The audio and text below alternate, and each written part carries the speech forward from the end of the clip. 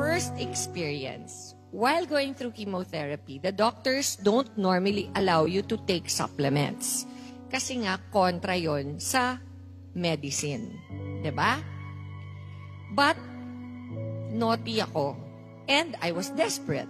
And I believed that what I researched about so much that I decided I would continue to take my barley every day kahit hindi alam ng mga doctors ko.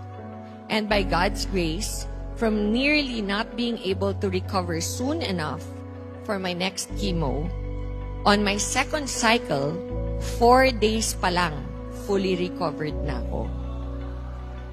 The doctors also told me, this is my second experience, that my period would completely stop. Imagine 31 years old pa lang ako. It would stop forever daw because isa daw yun sa permanent side effects ng chemotherapy. Instant menopause. Imagine that ringing in my ears.